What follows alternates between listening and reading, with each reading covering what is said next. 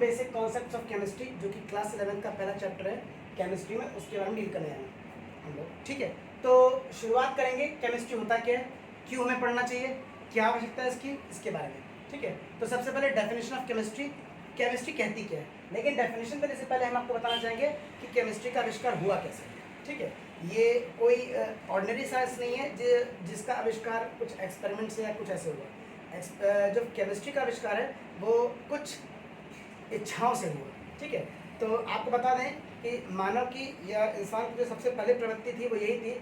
आप जानते हैं कोई भी असुर या जो राक्षस था अगर तपस्या करता है तो क्या मानते सबसे पहला भगवान, वो है अमृत। वैसे केमिस्ट्री में जो सबसे पहले खोज होनी चाहिए थी वो दो चीज़ों की खोज होनी थी। एक था एलिक्सर ऑफ लाइफ, जिसको हम अमृत कहते हैं, यानी कि जिसको पीने के बाद आदमी कभी ना मरे। और एक दूसरी चीज़ थी, इसको कहते हैं पारस पत्थर, यानी कि फिलोसफर स्टोन। ठीक है, जिसको आप किंग मिला से कहानी पड़ी, किसी भी चीज़ को हाथ लगाते तो सोना बन जाता था। वैसे यहाँ पर पारस पत्थर एक ऐसा पत्थर होता है, पौराणिक पत्थर माना जाता है, जिसको अगर किसी भी चीज़ को, किसी भी ब्रिटल मेटल को छू दे तो वो सोना बन जाएगा। ठीक, तो इन दोनों को लक्ष्य बनाकर क्या हुआ था, शुरुआत हुई थी। ठीक है, तो केमिस्ट्री ये सब क्यों बताया जा रहा है, ये सब इसलिए बताया जा रहा है क्योंकि केमिस्ट्री में देखा क्या गया, हम अलग अलग सब्सटेंस को मिक्स करते हैं और देखते हैं क्या वो हम एलिक्सर या फिर फिलोसफर स्टोन बना पाते हैं या नहीं बना पाते हैं। हम फिलोसफर स्टोन या एलिक्सर तो नहीं बना पाए, लेकिन हम लोगों ने वो कुछ बनाया जिसकी कल्पना हम लोगों ने भी नहीं की थी। ठीक है, सो अब डेफिनेशन आने जा रही है केमिस्ट्री की, हम लोगों ने क्या क्या बनाया और कैसे बनाया वो देखते हैं। ठीक है, लेकिन सबसे पहले हमारे आसपास जो चीज़ें हैं पहले उनको तो जान लें। ठीक है, so definition of chemistry, the branch of science, the branch of science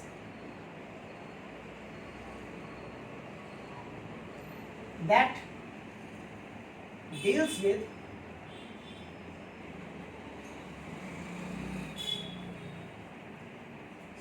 structure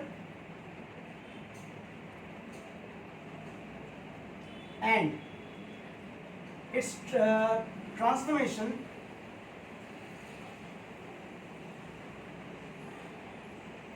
of molecules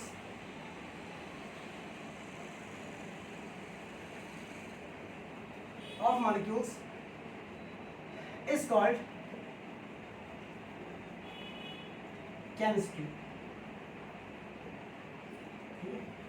chemicals की मिस्ट्री, यानी कि दो केमिकल्स को मिलाने के बाद क्या बनेगा, वी डोंट नो, पहले नहीं पता था, लेकिन बाद में देखा गया कि ये बनता है, क्यों बनता है, उसका रीजन ये है।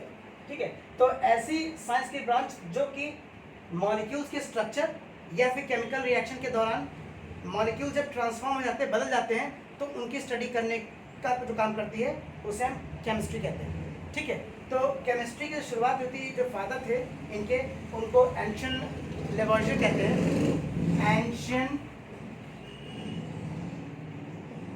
लेवॉइजर। ठीक है, सो लेवॉइजर कहते हैं।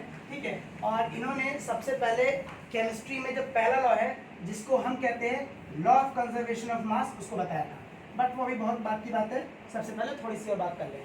ठीक है, तो केमिस्ट्री हमने देखा कि हम किसी भी सब्सटेंस को के मॉलिक्यूल्स या उसके स्ट्रक्चर को देखते हैं। ठीक है, तो रोल ऑफ केमिस्ट्री कहाँ कहाँ है, रोल ऑफ केमिस्ट्री, जरूरत कहाँ कहाँ पड़ती है। ठीक है, वेल इस दुनिया में जितनी भी प्रोसेस हैं उसमें कहीं ना कहीं केमिस्ट्री पड़ती है। तो सबसे पहला एप्लीकेशन कहाँ पर है, वो है रिफाइनिंग ऑफ मेटल्स। रिफाइनिंग की जगह थोड़ा सा एग्जैक्ट वर्ड लिखेंगे और वो है मेटलर्जी, क्योंकि मेटलर्जी का मतलब ही होता है कि आप इम्प्योर सब्सटेंस से मेटल्स को बाहर निकाला है, extraction of metals from its और इज कॉल्ड मेटलर्जी। ठीक है, of course second one drugs, drugs का मतलब यहाँ पे मेडिसिन से है और अदर चीज़ों से है। थर्ड डाइजेशन, आप खाना खाते हैं, क्या खाते हैं, जी हाँ आप खाना खाते हैं, तो खाना खाने के बाद उसका क्या होता है, उसके बारे में कैसे वो हमारे ब्लड में मिलता है। ऑफ कोर्स ब्रेन, ठीक है, ब्रेन में कुछ केमिकल्स बनते हैं जिनको हम हार्मोन्स कहते हैं, जिससे हमारे बॉडी का पूरा कच्चा चिट्ठा तैयार होता है, डीएनए, डीऑक्सीरिबोन्यूक्लिक एसिड। तो ये सारी की सारी चीज़ और मैनी अदर एप्लीकेशन है, बहुत सारी हैं, उसके बारे में डील करते हैं। ठीक है, तो ये कुछ छोटे बहुत रोल है केमिस्ट्री के। और अब देखते हैं हम टाइप्स ऑफ केमिस्ट्री। केमिस्ट्री के टाइप क्या हैं? तो टाइप्स ऑफ केमिस्ट्री, तो बेस्ड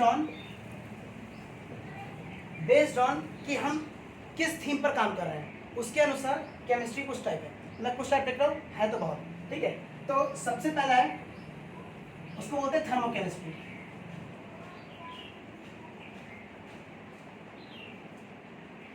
थर्मो मतलब हीट, यानी कि केमिस्ट्री में अगर मॉलिक्यूल्स एक से लेकर दूसरे तक मॉलिक्यूल को हीट ट्रांसफॉर्म करते हैं या फिर हीट ट्रांसफर करने के बाद वो खुद मोशन करते हैं, तो वो सारी बातें इसमें होती हैं। ठीक है, तो इसके अंदर जो चीज़ आती है उसको हम थर्मोडायनामिक्स कहते हैं।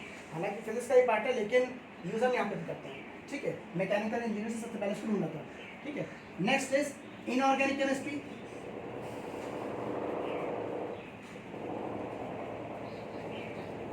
इनऑर्गेनिक केमिस्ट्री में क्या आता है? इनऑर्गेनिक केमिस्ट्री में वो पार्टिकल्स या वो सब्सटेंसेस की स्टडी आती है जिनको हम नॉन लिविंग चीज़ों से क्या करते हैं, हम लोग ऑब्टेन करते हैं। फॉर एग्जांपल नमक हो गया, NaCl। ठीक है, और बहुत सारे एग्जांपल हो सकते हैं, सल्फर डाइऑक्साइड है, कार्बन डाइऑक्साइड है। ठीक है, तो हम नॉन लिविंग चीज़ों से ऑब्टेन कर सकते हैं। तो अगर नॉन लिविंग चीज़ों से ऑब्टेन करते हैं तो उसे हम क्या कहते हैं? इनऑर्गेनिक केमिस्ट्री कहते हैं।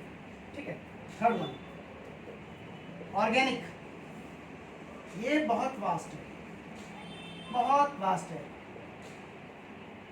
करीब करीब 80% केमिस्ट्री इसी में मौजूद है।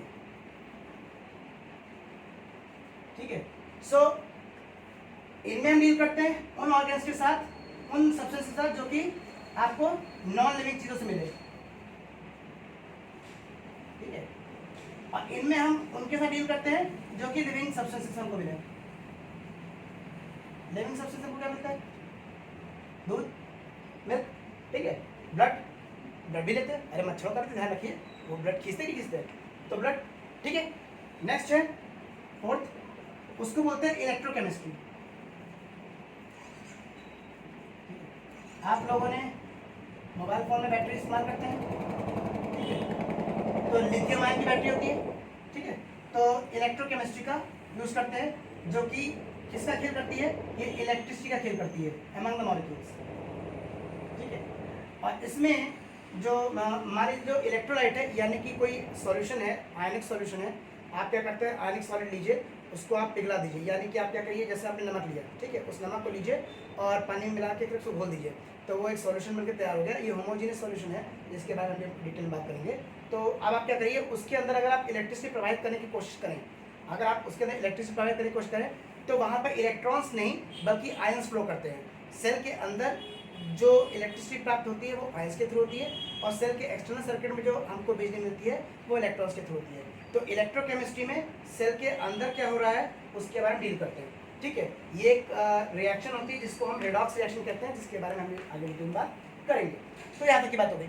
अब जरा अंदर चलते हैं, यानी कि हम मैटर की तरफ चलते हैं और देखते हैं सब्सटेंस क्या होते हैं, कितने तरह के होते हैं और क्या सब में डिफरेंस है।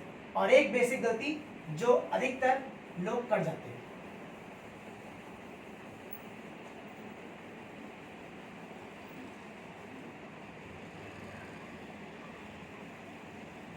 देखिए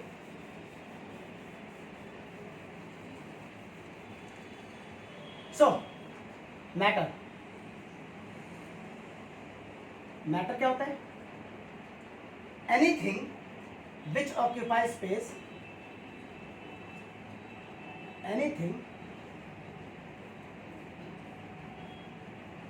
anything which occupies space and has mass is called matter। ठीक है, आप अपने आसपास जितनी चीजें देखते हैं उनमें कुछ चीज़ें जगह घेरती हैं, कुछ चीज़ें जगह नहीं घेरती हैं। तो जो चीज़ें जगह घेरती हैं उन्हें हम, और जिनके अंदर मास होता है उन्हें हम मैटर कहते हैं। ठीक है, अब गलती जो अधिकतर लोग करते हैं, कुछ लोग यहाँ पे वेट लिखते हैं जो कि टेक्निकली बहुत गलत है। क्यों गलत है उसका जवाब देखिए। So here we have difference between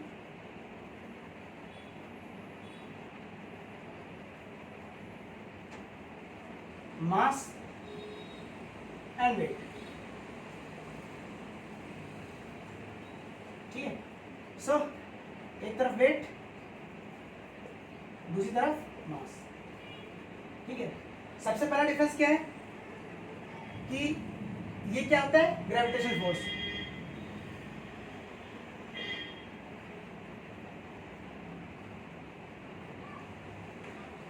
while ये क्या होता है, amount of matter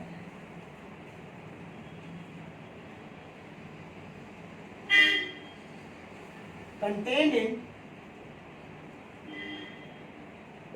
an object। सबसे पहला डिफरेंस, यानी कि इसको यूनिट किलोग्राम यूज कर लेते हैं, बट जो एग्जैक्ट यूनिट है वो न्यूटन है। आपका वेट न्यूटन में आता है ना कि किलोग्राम में। तो ऐसा यूनिट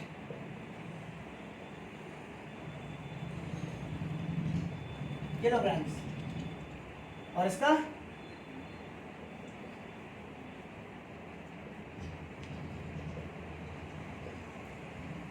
न्यूटन।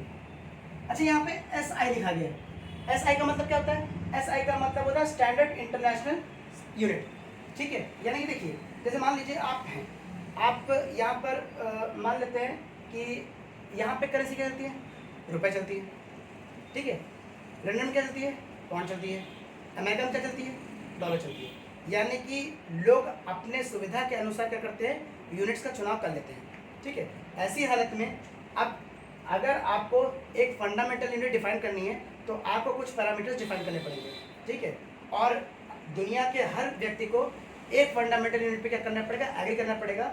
जैसे मान लीजिए अगर किलोग्राम्स हम जानते हैं कि किलोग्राम जो होता है वो मास की यूनिट है, तो अमेरिका वाले भी किलोग्राम्स मास की यूनिट ही मानेंगे, इसीलिए इसको एस आई कहते हैं, यानी कि हर जगह यही मान्य होगी। तो स्टैंडर्ड इंटरनेशनल यूनिट का मतलब ये होता है कि इंटरनेशनली जो हर यूनिट मानी जाए, ठीक है।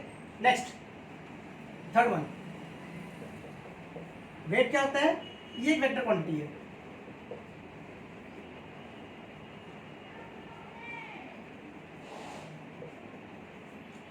और इसमें इट्स अ स्केलर क्वांटिटी, ठीक है। यानी कि अगर आप पृथ्वी पे कहीं भी चले जाओ, पृथ्वी पे अगर आप कहीं भी चले, यूनिवर्स में कहीं भी चले जाओ, ये नहीं बदलेगा, ये बदलता जाएगा। डिपेंड करता है किस प्लैनेट पे है, ये बदलेगा, ये नहीं बदलेगा, ठीक। जुपिटर चले हैं तो ये बहुत ज़्यादा बदल जाएगा और ये इतना ही आएगा, एग्जाम्पल होता है, ठीक। अच्छा, तो ये दोनों में डिफरेंस है जो कि बहुत कॉमन है किसी भी एरर को करने के लिए, ठीक है। So next is types of matter. तो टाइप्स ऑफ मैटर को, यानी कि मैटर कितने फॉर्म का हो सकता है, इसीलिए इसको कभी कभी स्टेट्स ऑफ मैटर भी कह देते हैं। सो हम लोग स्टेट्स ऑफ मैटर ही लिखेंगे। So next is states of matter.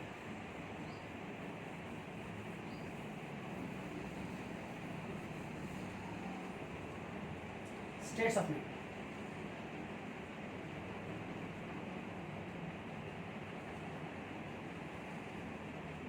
तो स्टेट्स ऑफ मैटर की बात करें तो मैटर को बेसिकली 3 फॉर्म में क्लासिफाई किया गया है, बट होते 5 हैं, तो मैं पांचों लिस्ट कर रहा हूं।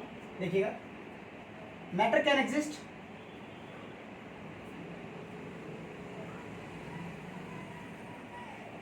इन 5 states,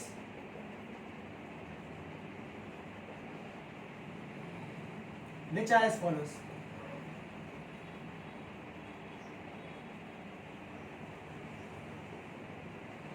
ठीक है, सबसे पहला ये है हमारा सॉलिड, जिसके बारे में हम लोग 12th में डिटेल में बात करेंगे। Another is liquid, other chapter in class 12th। फिर है गैस, इसके बारे में आईसीएसई बोर्ड वाले ने क्लास 9th में बात की होगी और 10th में भी बात की होगी। आइडियल गैस इक्वेशन, ये रिसर्च लॉ, यही लगता है। नेक्स्ट उसको बोलते हैं प्लाज्मा, ये एक नया वर्ड है, ठीक है। आर्टिफिशियल सन चेहरा बनाना है ना, इसी के थ्रू बना रहा है। 5th एक और फॉर्म ऑफ मैटर है जिसको बोलते हैं बोस आइंस्टीन कंडेंसेट। ठीक है, तो ये हमारे 5 फॉर्म्स ऑफ मैटर हैं जो कि इंटर कन्वर्टेबल हो सकते हैं। हम इसको इसमें और इसको इसमें कन्वर्ट कर सकते हैं। आप जानते हैं सॉलिड, लिक्विड और गैस, जो बेसिक फंडामेंटल चीज़ें हैं वो हम अभी डिस्कस करेंगे। तो सॉलिड के मॉलिक्यूल्स बहुत टाइटली पैक्ड होते हैं, लिक्विड के थोड़े लूजली होते हैं और गैस के बिल्कुल फ्री होते हैं। तो मॉलिक्यूल्स के बीच में अगर इंटर मॉलिक्यूलर फोर्स आपको कम करना है तो आप हीट कर दीजिए। हीट करेंगे यानी कि सॉलिड को अगर हीट करेंगे तो लिक्विड बन जाएगा, लिक्विड हीट करेंगे तो गैस बन जाएगा। कुछ ऐसे सब्सटेंस होते हैं जो कि सॉलिड से डायरेक्ट गैस में बदल जाते हैं, उनको सब्लिमेशन कहते हैं प्रोसेस को, और जो सब्सटेंस ऐसा अंडरगो करते हैं उसे हम सबलाइन कहते हैं। तो सॉलिड को अगर हीट करके लिक्विड बना रहे हैं तो इस प्रोसेस को मेल्टिंग कहते हैं, और लिक्विड के बाद अगर गैस बना रहे हैं तो उसको हम कंडेंसेशन कहते हैं। वो भी सब दिखाएंगे, लेकिन ये फंडामेंटल बात है। ठीक है, ओके। सो नेक्स्ट हमारा कि हम देखेंगे इसमें, चलिए मेल्टिंग। अभी बताया मेल्टिंग एक प्रोसेस है जिसमें टेम्परेचर का यूज करके हम सॉलिड को लिक्विड में बदल सकें। अ process in which solid is converted into liquid, of course state है, by the application of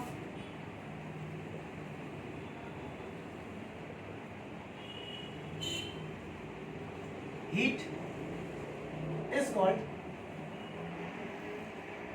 melt। ठीक, ओके। तो मेल्टिंग समझ में आ गया। नेक्स्ट हमारा, अब हमने मेल्ट कर दिया, अब मेल्ट से लिक्विड से क्या जाना है, गैस में जाना है। ठीक है, सो इस प्रोसेस कहते हैं वेपराइजेशन कहते हैं या इवेपोरेशन कहते हैं। ठीक है, या बॉइलिंग भी कह सकते हैं। तो मैं बॉइलिंग लिख रहा हूँ। ठीक है, हालांकि बॉइलिंग और वेपराइजेशन में बहुत बेसिक अंतर है। वेपराइजेशन हमेशा सरफेस से होता है, बॉइलिंग हमेशा वॉल्यूम से होता है। ठीक है, ये बात ध्यान रखिएगा। ठीक है, लेकिन दोनों में प्रोसेस एक ही लगता है। A process in which liquid gets converted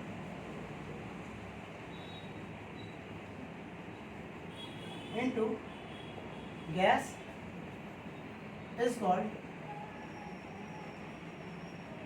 boiling।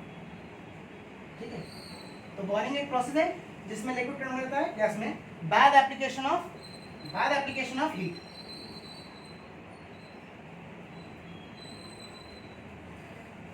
ठीक, सो बदल गया। अब देखते हैं सॉलिड से डायरेक्ट कैसे गैस में जाएंगे। तो इस प्रोसेस को बोलते हैं sublimation. So next is sublimation.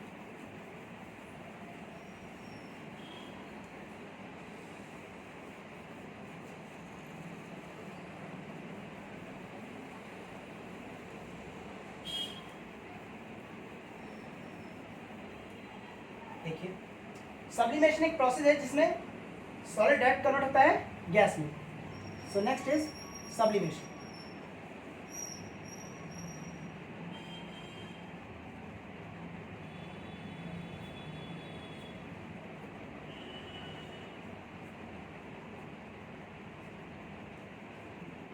So, a process in which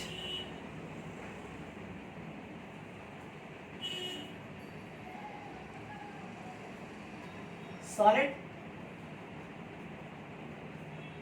directly gets converted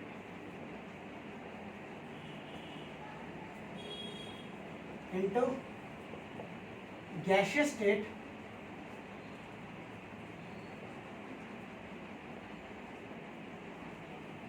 is called sublimation। ठीक है, तो सब्लिमेशन एक प्रोसेस है जिसमें डायरेक्ट कन्वर्ट कौन होता है, सॉलिड कन्वर्ट होता है गैस में। ठीक है, आपने कैंपर चलाया कार्तिक समय, जब कैंपर चल जाता है तो किस में कन्वर्ट होता है, डायरेक्ट गैस में कन्वर्ट होता है, बिना लिक्विड में कन्वर्ट हुआ। The substances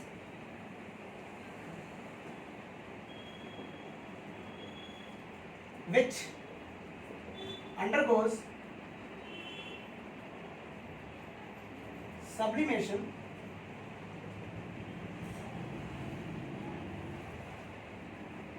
are called substances, इसलिए are called